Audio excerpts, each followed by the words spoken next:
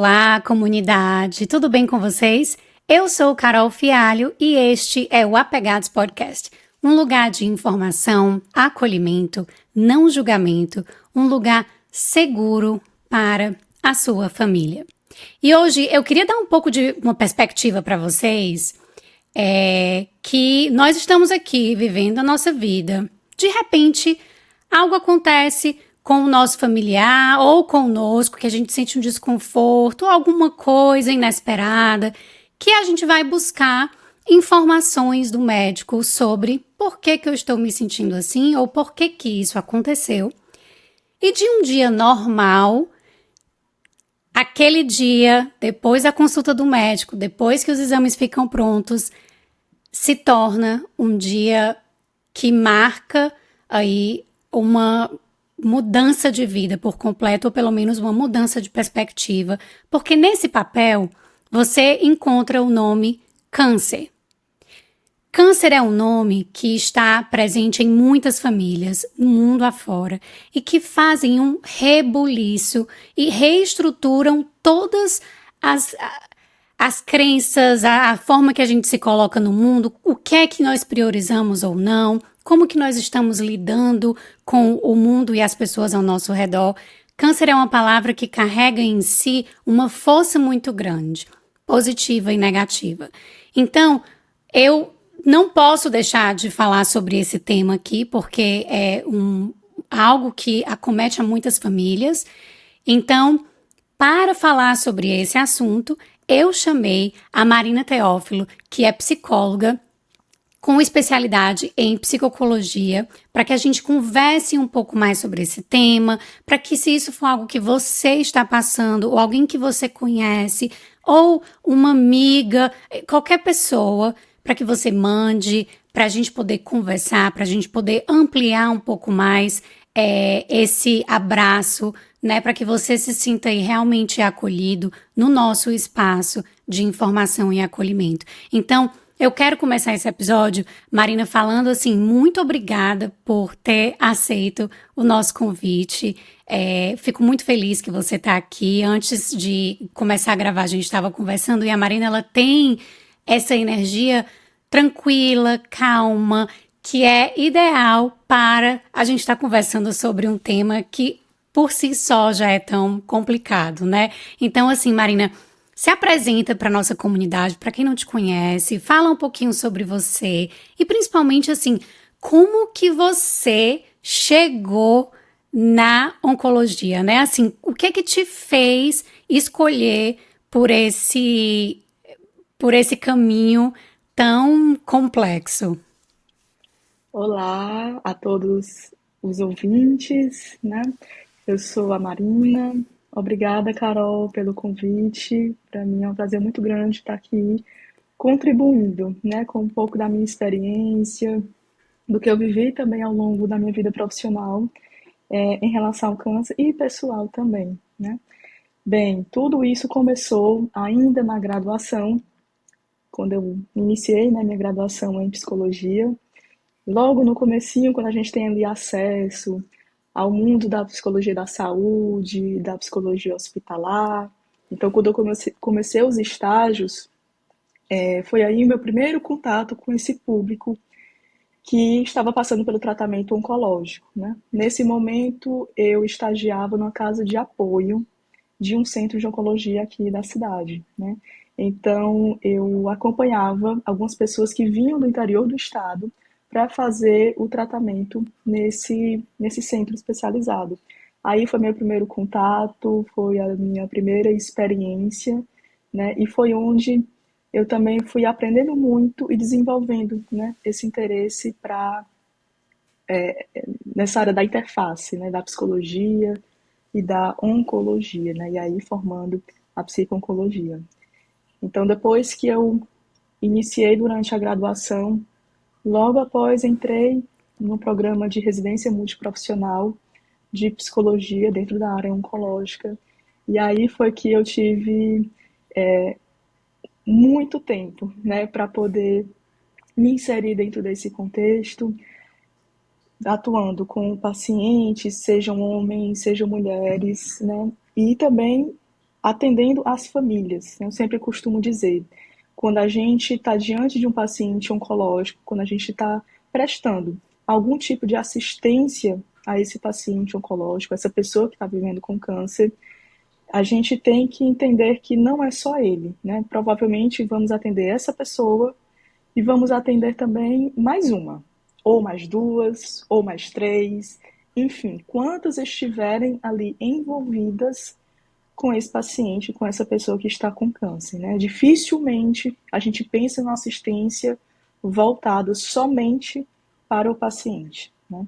Inevitavelmente precisamos considerar, né, da psicologia, isso já é algo muito certo, que a gente também vai estar trabalhando com os familiares, né, e familiares assim, não só aquelas pessoas que têm algum laço consanguíneo com a pessoa que vive com câncer, mas as que têm um vínculo forte, afetivo, né, e de convivência. Sim. Então, durante na residência multiprofissional, eu pude ter um contato ainda maior, né, com esse público e desenvolver, estudar, pesquisar também sobre esse contexto. Logo após isso, o meu contato continuou tanto na minha atuação profissional, né, trabalhei durante alguns anos em clínica oncológica e também durante o mestrado, né, e hoje também atendo no meu consultório, né, particular, tanto familiar quanto paciente, né, de alguém que está ali experienciando o que é, né, conviver com câncer, viver dentro dessa realidade, que como você falou, Carol, muda muito da nossa vida, né? Não só em termos de rotina, rotina de exame, rotina de tratamento, mas também das nossas percepções, né? De como a gente avalia, de como está a nossa vida, né? Então, tanto muda em termos de rotina, mas também muda do que a gente compreende, do que a gente percebe, né? É comum a gente observar as pessoas fazendo reavaliações de vida, né? Sejam elas pacientes ou familiares. Sim. Pela sua experiência, quais são os principais desafios emocionais que as famílias ou os pacientes enfrentam com o diagnóstico do câncer? Pronto. A gente costuma entender que até chegar ao diagnóstico, essa pessoa, esse paciente e o familiar já tem ali algum contato do que pode ser, né? Se nós pensarmos, por exemplo, em uma mulher que ela começa ali a fazer um autoexame, que ela começa a perceber que pode ter algum sinal, né, de algum tumor na mama, isso aí já começa a alertá-la, isso aí já começa a voltar os pensamentos dela de algo que pode ser, né? E muitas vezes a família ela está participando disso. Então ela pode falar sobre essa preocupação, sobre esse pensamento com a amiga, com o marido, com a filha, enfim, né, com outros familiares. Então, é nesse momento em que já há uma movimentação do que pode vir a ser, né? Já há uma preocupação, e se for, se não for, a quem recorrer, né? Quem é o primeiro médico, quem é o primeiro profissional que vamos buscar, ou que Sim, ela vai buscar sozinha, né, por exemplo. Então, quando essa pessoa chega até o diagnóstico, né, ali não é ali é um momento importante, mas ela já passou por outras coisas ao longo, né, dessa trajetória até chegar nesse dia. Então, isso repercute emocionalmente, né? Mesmo sem ter o diagnóstico, as pessoas já podem experimentar, né, uma certa ansiedade, o medo, a preocupação. E aí, quando esse diagnóstico chega, é muito comum ouvirmos relatos do impacto, né, da palavra, né, sim. câncer, tumor, Maligno, né? maligno, exatamente. Né? E aí, né, o que é que acontece depois disso? Tanto para o paciente quanto para o familiar. Né? Tudo isso que eu falo de reações emocionais, a pessoa sente, né, com ela mesma, porque ela está apresentando essa condição do câncer, mas o familiar, ele sempre também acompanha essas repercussões emocionais, certo? Com ele mesmo, inclusive, né? Imagina Se a gente imaginar que uma pessoa que a gente ama muito está com uma doença ameaçadora de vida, né? Então, como é que não vai repercutir em quem está do lado? Então, sim, repercute. Então, esse momento do diagnóstico, ele também é permeado por muita insegurança, medo, às vezes comportamentos, né, de não querer escutar, de não querer ir adiante. Peraí, vamos esperar um pouquinho, vamos escutar outra opinião. É isso mesmo que está acontecendo, né? Então, esse momento do diagnóstico é um momento de instabilidade, né? Uhum. De muita emoção, de muita dúvida, né, do que pode vir a ser.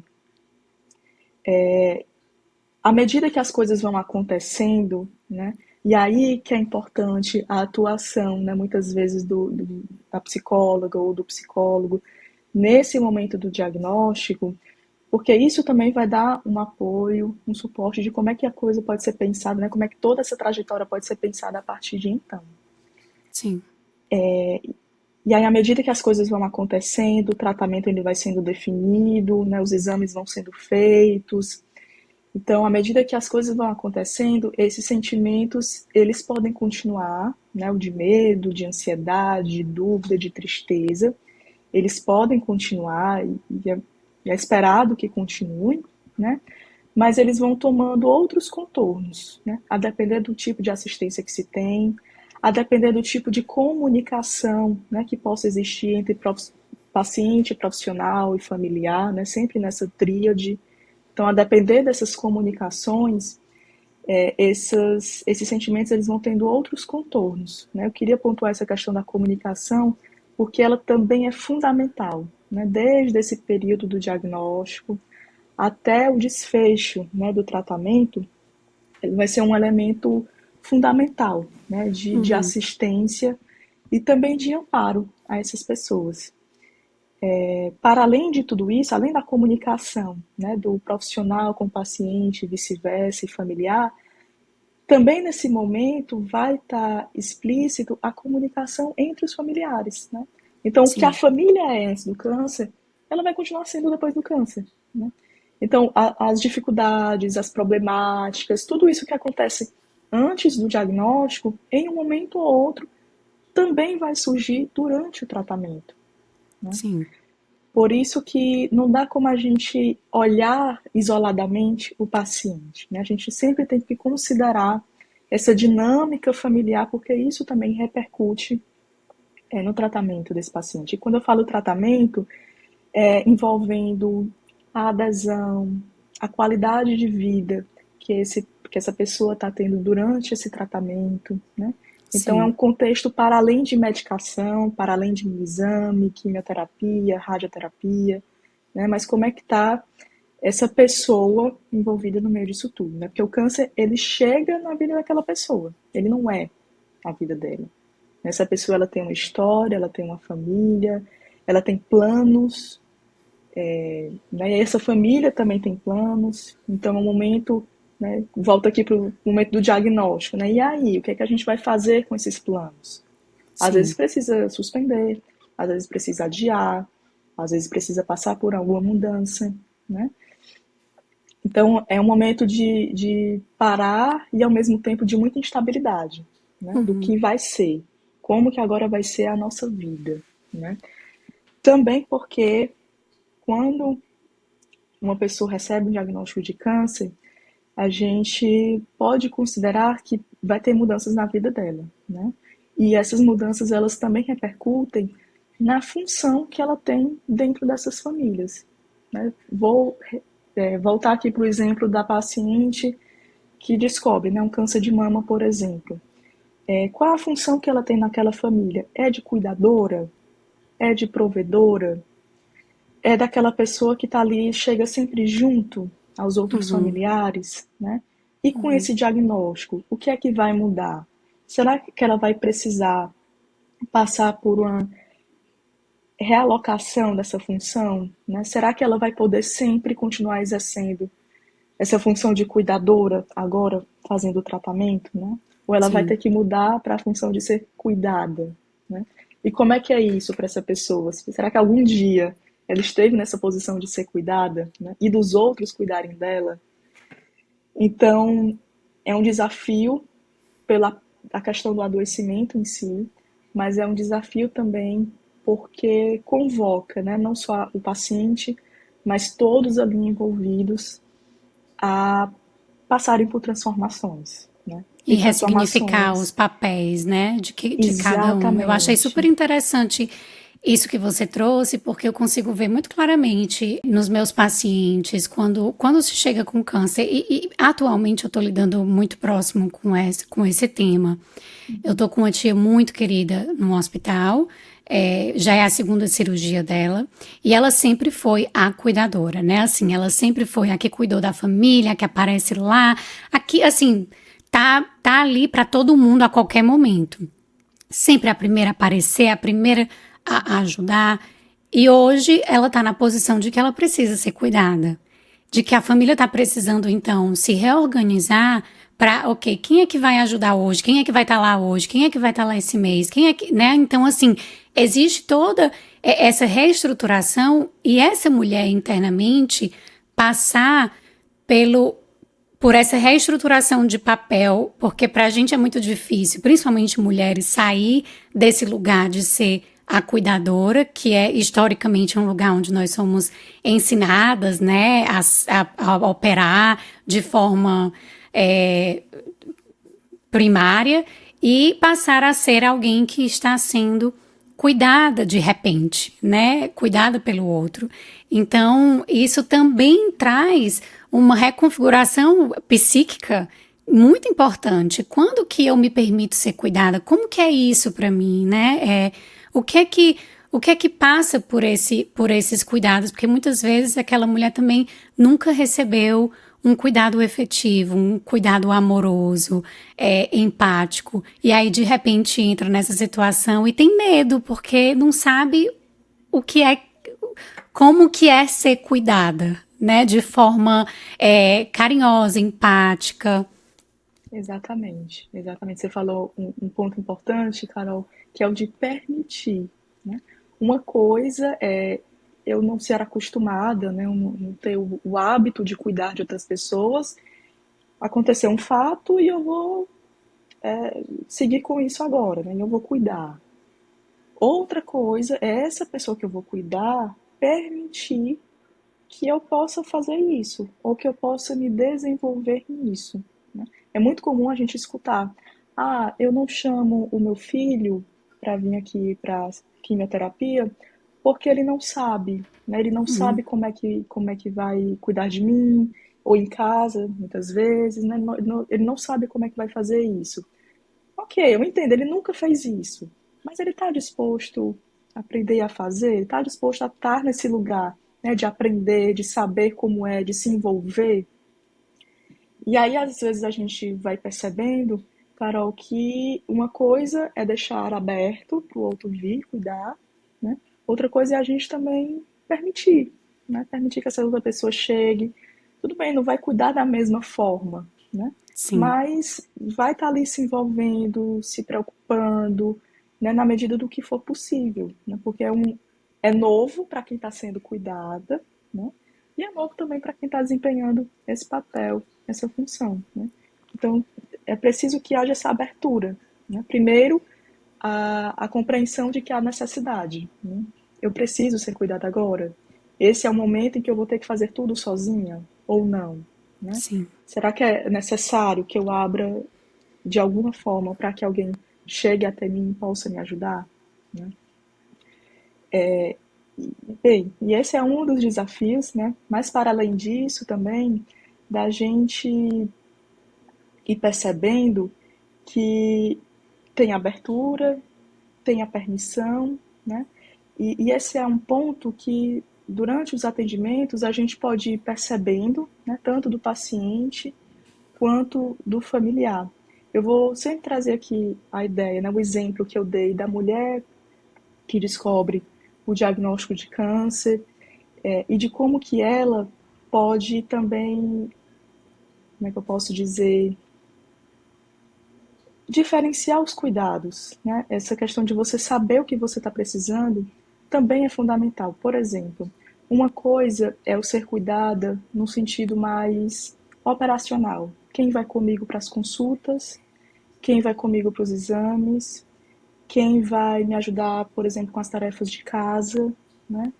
Quem vai, no momento, não sei, às vezes é um contexto em que essa pessoa pode ter filhos, quem que, por exemplo, vai levar meus filhos ao colégio enquanto eu vou estar durante as sessões de quimioterapia, né? Então existe um cuidado que ele envolve muito isso, o operacional, né? Sim, Enquanto eu não posso fazer, quem que pode fazer, quem que pode me acompanhar, né? E existe um cuidado, um apoio mais relacionado ao emocional, né? Com quem que eu vou compartilhar as minhas preocupações, com quem que eu vou compartilhar as dúvidas, os medos, né? Tudo isso que eu estou sentindo. Então é importante que as pessoas saibam também que existem diversos tipos de apoio, né? De sim. suporte. E, e tanto o paciente quanto o familiar de tentar ali perceber que tipo de suporte, que tipo de apoio eu estou precisando agora, né? Eu preciso que alguém faça o supermercado para mim? Ou eu preciso, sei lá, conversar sobre qualquer outra coisa que não seja câncer, né? Uhum, uhum. Ou eu preciso, né, falar sobre uma preocupação que eu tenho em relação a um contexto específico, né? Isso lembro tanto para o paciente quanto para o familiar, né? O familiar é essa linha tênue entre cuidador e pessoa a ser cuidada também, Sim. né? Eu recebo, eu já ouvi algumas vezes, e eu também tenho inúmeros exemplos disso na minha vida pessoal, só que, claro, que não necessariamente relacionada ao câncer, mas de quando nós estamos em angústia ou sofrimento psíquico, né, que algo está nos passando, que a gente então decide que quer dividir isso com alguém.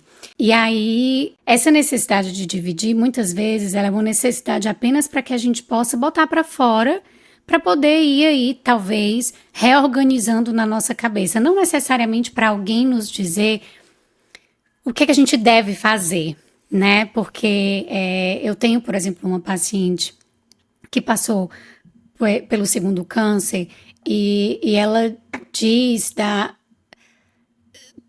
de como quando ela vai dividir com alguém, ela fica receosa em dividir porque as pessoas não sabem receber a notícia do câncer, né? Porque tem tanto estigma, tem tanta coisa em cima desse nome, é um nome tão pesado que as pessoas não sabem receber. E ao invés de fazer com que ela se sinta acolhida, muitas vezes fazem ela se sentir ainda mais atacada, como quem diz assim, ai, mas você precisa mudar sua alimentação, você tomava muita coca, você, tipo assim, como quem diz, você escolheu ter câncer, sabe? Assim, você meio que tomou suas decisões como se alguém pudesse escolher ter Sim. câncer. Mas assim, da inabilidade das pessoas também de apenas ouvir e receber alguém que está passando por essa angústia do câncer sem estar oferecendo aí necessariamente resoluções, né? Porque não é bem assim, não é por aí. Exatamente, Carol. E aí a gente, né, pensa na relevância dos grupos de apoio, né? Os grupos de Muito. apoio, eles também têm esse objetivo, né, de escuta e de fala com outras pessoas que, né, estão dentro desse contexto. Elas sabem o que é que envolve, né, viver com câncer. Mas isso não tira a possibilidade, né, de quem está fora disso, de poder também dialogar, né? Então, espaços como esse que a gente está tendo, né, eles são importantes também por isso, né, de Sim, informação, para as pessoas saberem que o câncer, por mais que a gente não teve o diagnóstico, talvez nunca terá, né, nem com a gente, nem com alguém muito próximo, mas é um tema, é um assunto que em algum momento da vida vamos nos deparar com isso. Seja sim, com amigos, seja no ambiente de trabalho, com outros familiares, enfim, né? A gente está falando de uma doença que ela tem uma incidência altíssima na nossa população, né? Tanto aqui do Brasil quanto a nível internacional também. Então, assim, em algum momento vamos nos deparar com isso, né? E uma vez nos deparando com esse assunto, como que a gente pode agir de uma forma mais adequada, né? sim. repito, por mais que isso não aconteça com você ou com a sua família, alguém pode chegar até você e falar sobre a experiência, sobre o que está passando, às vezes com ela mesma, às vezes com alguém próximo, né? E da gente primeiro saber que não é uma escolha da pessoa, né? Com certeza, se a gente pudesse escolher, ninguém escolheria, mas é um adoecimento, né? A gente, Sim. enquanto ser humano, nós vamos passar por alguns tipos de doença, né? Estamos suscetíveis a isso, e o câncer é uma delas, né? Dentro desse estigma do câncer está muito relacionado, é muito presente, né, a crença das pessoas de que a pessoa fez alguma coisa para ter o câncer, né? Ou que o câncer é decorrente de alguma mágoa, de algum conflito que a pessoa teve, Trauma, né? de algum trauma, né? Isso é muito recorrente, né? E não é bem assim. A gente sabe que o câncer é uma doença multifatorial, ou seja, não tem uma relação unicausal, né, com algum episódio, com algum fenômeno, para o desenvolvimento da doença, né? Então é muito delicado a gente colocar a pessoa numa situação de que ela está com câncer porque ela fez alguma coisa ou deixou de fazer alguma coisa, é porque ela não cuidava muito bem da saúde dela, é porque ela passou por um trauma, passou por alguma situação de vida muito difícil, né? Uhum. E isso não se sustenta, além de ser prejudicial para a própria pessoa, né? Muitas Muito. vezes, quando a gente adoece, a gente pode passar por essa experiência de autoculpabilização. O que foi que eu fiz? O que foi que eu deixei de fazer para poder estar nessa condição agora, né? Do porquê. Por que comigo? Por que que aconteceu? Então, é importante que a gente tenha a noção de que, enquanto ouvintes, né, ou de enquanto alguém que está ali se deparando com essa realidade, que a gente possa primeiro escutá-la, né, Sim. acolher, né. A primeira atitude é essa, de escuta e de acolhimento. E de um acolhimento que ele possa ser livre, né, desse julgamento, ou de tentar descobrir da onde que isso veio, o que é que a pessoa fez ou deixa de fazer, né, para estar naquela condição atual. Então, a primeira coisa é isso, né? E também, em termos de apoio, né, vamos pensar aqui nesse contexto de que alguém apoiando quem está falando sobre isso, né? E justamente esse da pessoa, o que, que você está precisando? O que, que você está precisando agora? Como que eu posso te ajudar? Né? Como que eu posso, não sei, talvez oferecer alguma condição para que você possa se sentir melhor? Né? O que é que você, eu costumo dizer, o que é que você está precisando, né, agora? Sim. Aqui no Apegados eu divido algumas estratégias de como lidar com os nossos filhos, né, em momentos desafiadores. E existe não é um script, mas é um script de coisas que, assim, eu acho importante a gente manter em mente sempre que alguém vem nos confiar algo que é muito doloroso ou desafiador para aquela pessoa, independente do que a gente acha sobre o assunto, né? Porque aqui eu tô falando especificamente quando as crianças vêm, por exemplo, com algum medo ou alguma angústia que na nossa cabeça é irracional, não faz sentido, é bobagem. Uhum. Independente de tudo isso, a gente suspende tudo isso, né? O que é que essa pessoa está me trazendo? E aí, eu falo sempre pra gente. Uma maneira de acolher é dizer, primeiro assim, muito obrigada por estar dividindo isso comigo, né? Eu tô aqui com você e o que é que você precisa de mim, né? Assim, o que é que eu posso fazer?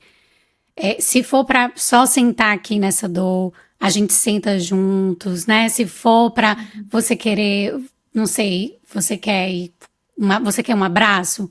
Vamos te dar um abraço, né? Você quer ouvir uma música? Vamos. Você quer ir uma última vez naquela festa, encher a cara? Vamos, eu tô lá contigo, né? Então, assim, a gente pode tentar fugir um pouco do julgamento e de tentar trazer uma solução, porque não é o nosso papel ainda, né? Assim, não chegou esse Exatamente. momento, mas só de dizer, nossa, muito obrigada por dividir isso comigo. Eu sinto muito, né? Assim, mas eu tô aqui pra você. E o que é que você precisa de mim? O que é que eu posso fazer? E se for só ouvir, isso já é muito, né? Assim, isso já é Exatamente, Carol. tanto. Exatamente. Você não precisa emitir uma opinião, ter uma solução, uma resposta, né? Até porque para a pessoa que está ouvindo também pode ser algo muito impactante, muito forte, né? Mas é importante isso, que as pessoas saibam que só o fato de escutar, de estar ali, né? Isso já é assim uma diferença enorme, enorme, né? Sim. Porque assim, a experiência do adoecimento, ela também pode ser muito solitária, né? As pessoas não entendem o que é que eu estou passando com a família, né? Ah, agora que eu estou passando pelo tratamento, eles não têm tanto tempo assim para poder conversar sobre isso. Eu não quero trazer mais uma preocupação ou, enfim, né? Mais esse peso para eles, né? Alguns até relatam com essa conotação.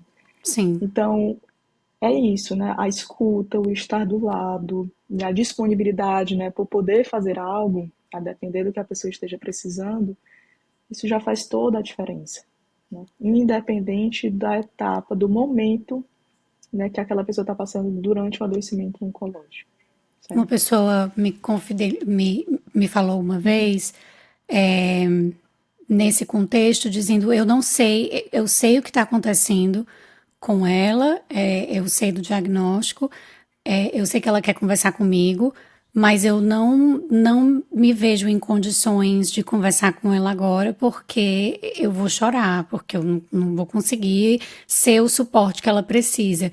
E aí eu lembro de ter dito, mas quem disse que ela tá querendo que você seja esse?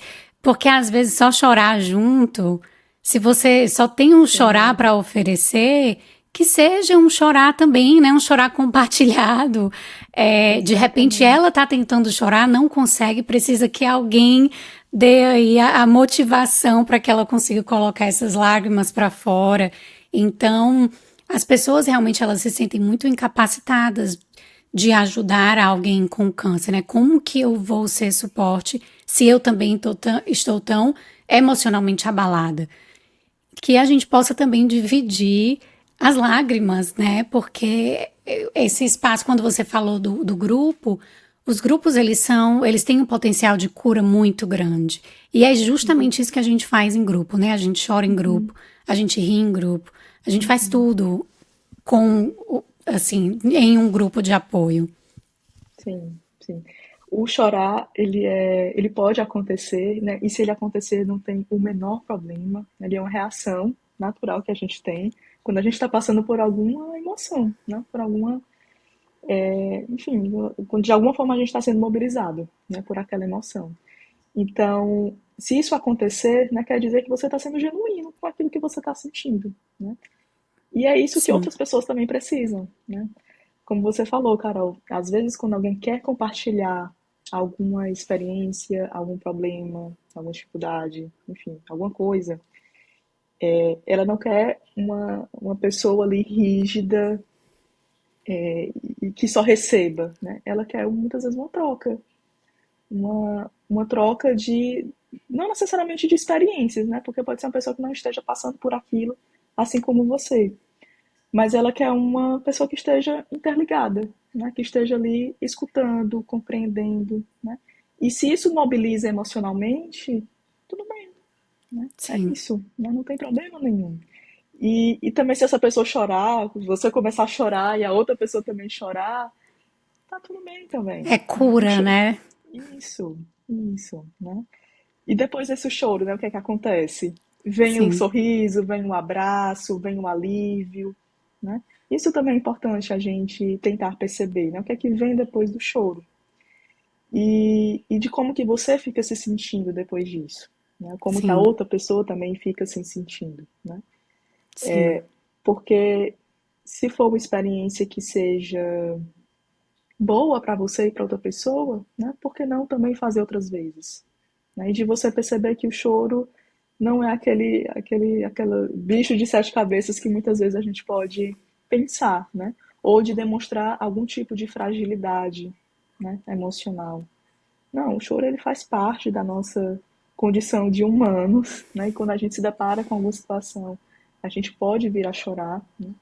E isso não é motivo da gente impedir, né? Ou da gente criar ali uma barreira de contato com as outras sim. pessoas. Eu tenho uma história curiosa pessoal. Eu tinha por volta de 23 anos quando eu fui fazer o intercâmbio curto no Canadá para estudar inglês acadêmico. E aí eu fiz uma viagem com os amigos no final de semana. A gente foi andar de snowboard, aí eu caí e machuquei minhas costas. E eu comecei a sentir muita dor nas costas, muita dor nas costas. E finalmente resolvi ver um médico. E eu tenho um histórico muito grande familiar de câncer. Muito grande, assim, de 7 em 10, sabe? Eu fiz, mas eu tinha certeza que essa minha dor era devido à queda que eu tinha levado. E aí eu fiz os exames, etc. O médico disse, não, tudo bem, os seus exames vão ficar prontos, a gente não tem o que dizer agora, os seus exames vão ficar prontos daqui a uma semana, a gente liga para te dar um retorno. Uma semana depois eu estava caminhando sozinha para casa, depois da aula, e o meu telefone toca e é a recepcionista dessa clínica dizendo, olha, Carol, seus exames chegaram e o doutor quer que você urgente ligue para um oncologista, esse é o telefone, e etc, etc, etc. Naquele momento, assim, só existe um motivo pelo qual um médico quer que você ligue com urgência para um oncologista. Primeiro que a maneira como tudo foi feito para mim foi, assim, altamente antiética. Que não se faz isso com ninguém. E aí, eu sozinha, 23 anos, andando de volta para casa, eu lembro que eu tive um momento de dissociação gigantesco, assim. Parece que tudo ficou meio que em câmera lenta. Eu não senti mais o meu corpo, sabe, assim. E eu fui desfalecendo, perdendo mesmo a força do meu corpo. E aí eu sentei na calçada, assim, como se eu fosse desmaiar, né? Alguém parou para perguntar, tá tudo bem e tal. Eu não consegui ouvir direito essas pessoas. Então, assim, aquele momento foi de um choque tão grande, mas porque eu tenho um histórico familiar, talvez tudo isso tenha pesado muito, mas eu fiquei naquela sensação de que o que é que tá acontecendo e agora, o que é que eu faço? Eu tô só, para quem é que eu ligo? O que é que eu resolvo? Quais são as minhas necessidades? Até que eu liguei para o médico e aí marquei a consulta. E nesse meio tempo, o doutor da clínica que eu tinha ido inicialmente me liga, pedindo mil desculpas, que o exame ela tinha dado a ligação para a pessoa errada, ela tinha confundido Nossa, as Carolinas. E eu fiquei, assim, foi um momento, Marina, tão confuso na minha vida. Assim, eu não tô acreditando que tudo isso está acontecendo.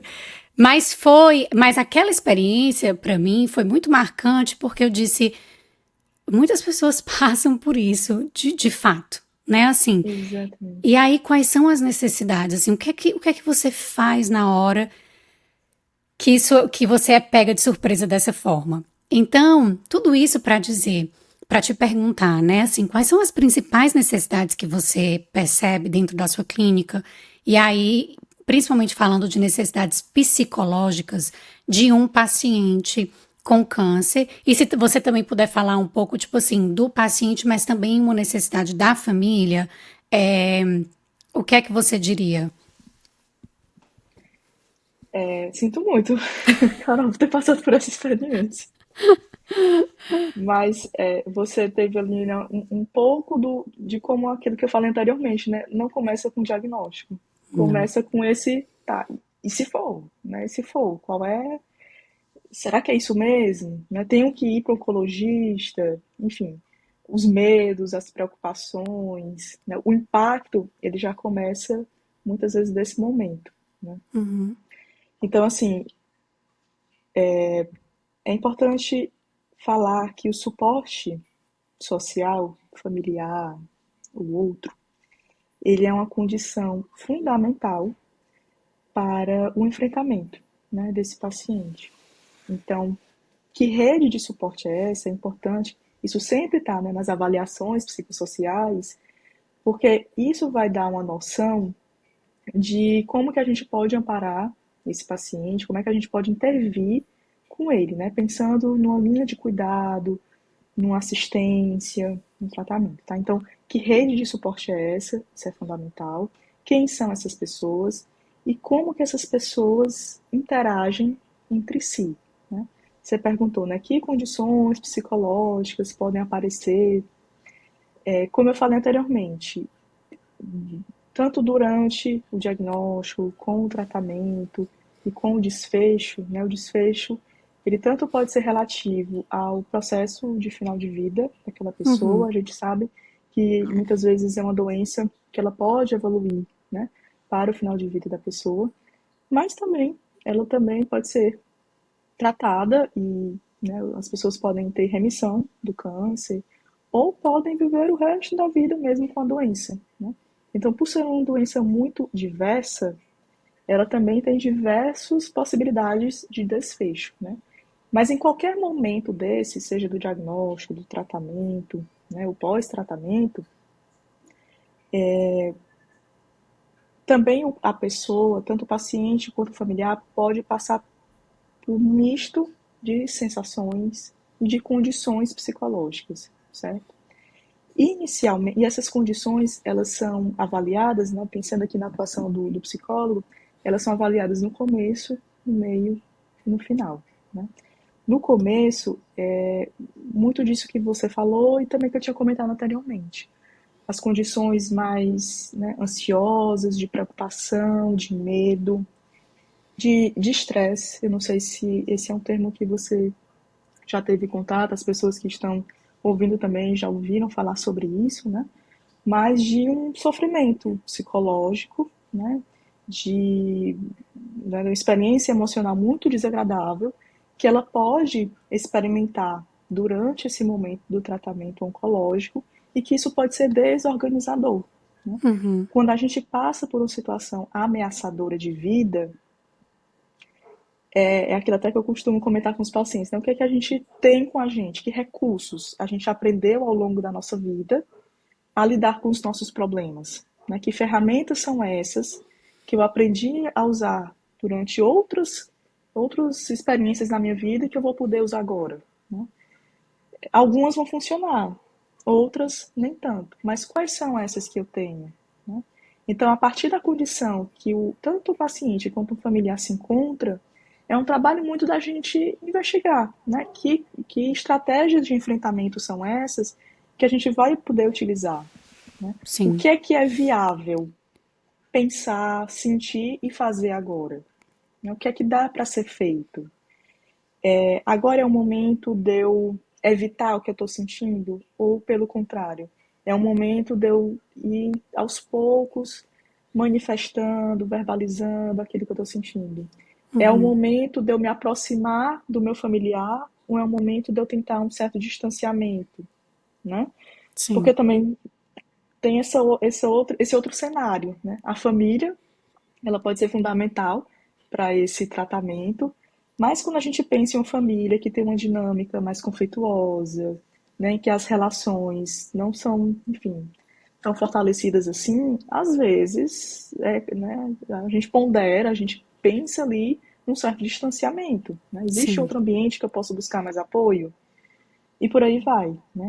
Então, esses recursos de enfrentamento é algo que a gente vai pensando, né? O que é que eu já fiz antes e o que é que eu posso fazer agora, né? Posso Uhum. desenvolver outro recurso de enfrentamento ou não, né? Quais são as minhas condições atuais? Então, assim, no começo, né, nessa fase do diagnóstico, provavelmente é uma pessoa que ela vai estar muito mobilizada emocionalmente, né? É uma pessoa que pode experimentar sintomas, sinais relacionados à ansiedade, depressão, né? Isso a gente considera como esperado, né? Mas aí não para por aí, né? É algo que vai sendo observado ao longo do tratamento. Sim. Por isso também, né, que um acompanhamento de um paciente oncológico, ele é um acompanhamento, né, uma noção de continuidade. Ele não pode ali interromper no meio, né, nem no começo, e no final, não necessariamente termina o final do acompanhamento psicológico de um paciente que está em tratamento oncológico, não necessariamente ele termina no mesmo tempo do tratamento, no mesmo tempo da quimioterapia, no mesmo tempo da radioterapia. Ele Sim. pode continuar e hoje em dia, né, com o avanço dos estudos da pesquisa, ele continua após a pessoa estar em remissão de doença, né? Por quê? Imagina só, você passa aí, né, um tempo da sua vida, às vezes meses, às vezes anos, totalmente imersa, envolvida nessa nova realidade, né? E aí deu tudo certo. Ótimo, você fez o tratamento, você não tem mais o câncer, vida que segue. Tá, mas segue como? Né? Depois de passar por toda essa experiência, como é que agora as coisas seguem? Né? Pensando aqui naquela dinâmica da família, né? Eu volto a ser a cuidadora, Sim, mas, né, sei lá, o meu marido, ele aprendeu a fazer tantas coisas e dá pra gente dividir, dá pra gente compartilhar. Qual é o meu espaço agora? Né? sim. É um tipo de vivência que a pessoa pode ter e que, quando está em remissão, quando passa esse período, ela também faz outras reavaliações de vida. O que é que fazia sentido para mim naquela época que hoje não faz mais, Uhum. né? Então, assim, são condições psicológicas que elas vão mudando ao longo do tratamento e que não necessariamente terminam quando termina o tratamento. Elas continuam mesmo após isso, né? Sim. E, e assim, isso quando tem a remissão, né, da doença, quando a pessoa não está mais com câncer. Porém, tá, a gente sabe que existe também a condição de, infelizmente, aquela pessoa vir a falecer por conta da doença, né? E aí também são outras condições psicológicas que são avaliadas, tanto com o paciente quanto o familiar, né? De qual a qualidade de vida que essa pessoa está tendo agora, que o familiar está tendo agora, qual a qualidade de morte também que, enquanto equipe, né, profissional, pode proporcionar para esse paciente, para essa família, né? E mais especificamente os familiares, qual o suporte ao luto, né? Que a gente também pode pensar para essas pessoas, né? O, Sim. também não termina, né, com a morte, com o falecimento desse paciente. Esse acompanhamento ele também continua, certo? Então, assim, do começo ao final, independente de qual final seja esse, são condições psicológicas que elas mudam muito, elas se transformam muito ao longo do tempo, né?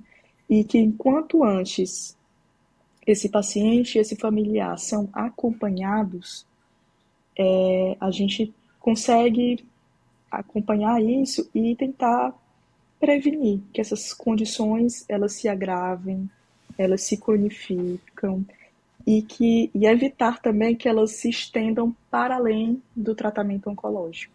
Uhum. É Sim. importante também que a gente sempre possa pensar, né, nesse após, né, nesse após. Hoje, a medicina evoluiu muito, os tratamentos evoluíram muito, né? Então, que bom que hoje as pessoas começam e terminam o tratamento oncológico em remissão de doença. E podem voltar para suas vidas, para suas famílias, para os seus trabalhos, né? Mas que elas possam voltar bem, né? Não só Sim. sem uma doença, né? Mas também psicologicamente bem, fazendo planos, né? E também podendo ter um certo desenvolvimento, crescimento com tudo isso. Sim. Sim. A gente está se aproximando agora ao finalzinho da nossa entrevista, mas eu queria muito ouvir de você, assim, porque com os anos, com seus anos de experiência, você provavelmente já deve ter visto muita coisa, né? Ter interagido com muita gente nessa condição. E se você pudesse, assim, dividir com a gente uma lição, assim, a maior lição que você aprendeu, o que você diariamente aprende com esse grupo, né? O que isso seria? E que mensagem você poderia dar para quem está ouvindo a gente, que tá no olho do furacão, assim, desse momento? Sim. Carol, várias, mas vou aqui trazer duas, que uma está relacionada com a outra. Profissionalmente, né? Inevitavelmente, a gente lida com a nossa impotência. Tem coisas que a gente não vai mudar, tem situações que a gente não vai ter resolução, não vai ter respostas, né? Então isso é muito presente, eu acho que tanto na atuação profissional, a sensação de impotência também é algo muito dito, né, por quem está passando por essa experiência. Então, é um período que a gente dá de cara, né, com essa impotência e com o que isso significa. Para além disso, é também uma condição que a gente, por mais desafiadora, ameaçadora que possa ser o diagnóstico, o tratamento do câncer, é possível que tenha uma boa qualidade de vida, no começo, no meio e no final. E esse final, independente de qual que seja. Né? Isso é possível. Né? É possível que a pessoa passe por todas essas mudanças, por toda essa insegurança, esses medos, e ainda assim a identidade dela, né, seja ali o máximo preservada, a subjetividade dela seja escutada, seja ouvida, seja levada em consideração, né, que ela não né, que o câncer não é a vida dela, mas é uma parte da vida dela. Então, isso é o que a gente, né, é o que está muito presente e é o que eu vejo diariamente, né? Que é possível uma boa qualidade de vida, é possível essa pessoa pensar além da doença. Sim. Eu acho que essa é uma mensagem muito importante, né? Assim, o câncer, ele não é a vida, ele faz parte da vida daquela pessoa. Exatamente. Você não se torna o câncer, ele é só uma parte. Isso.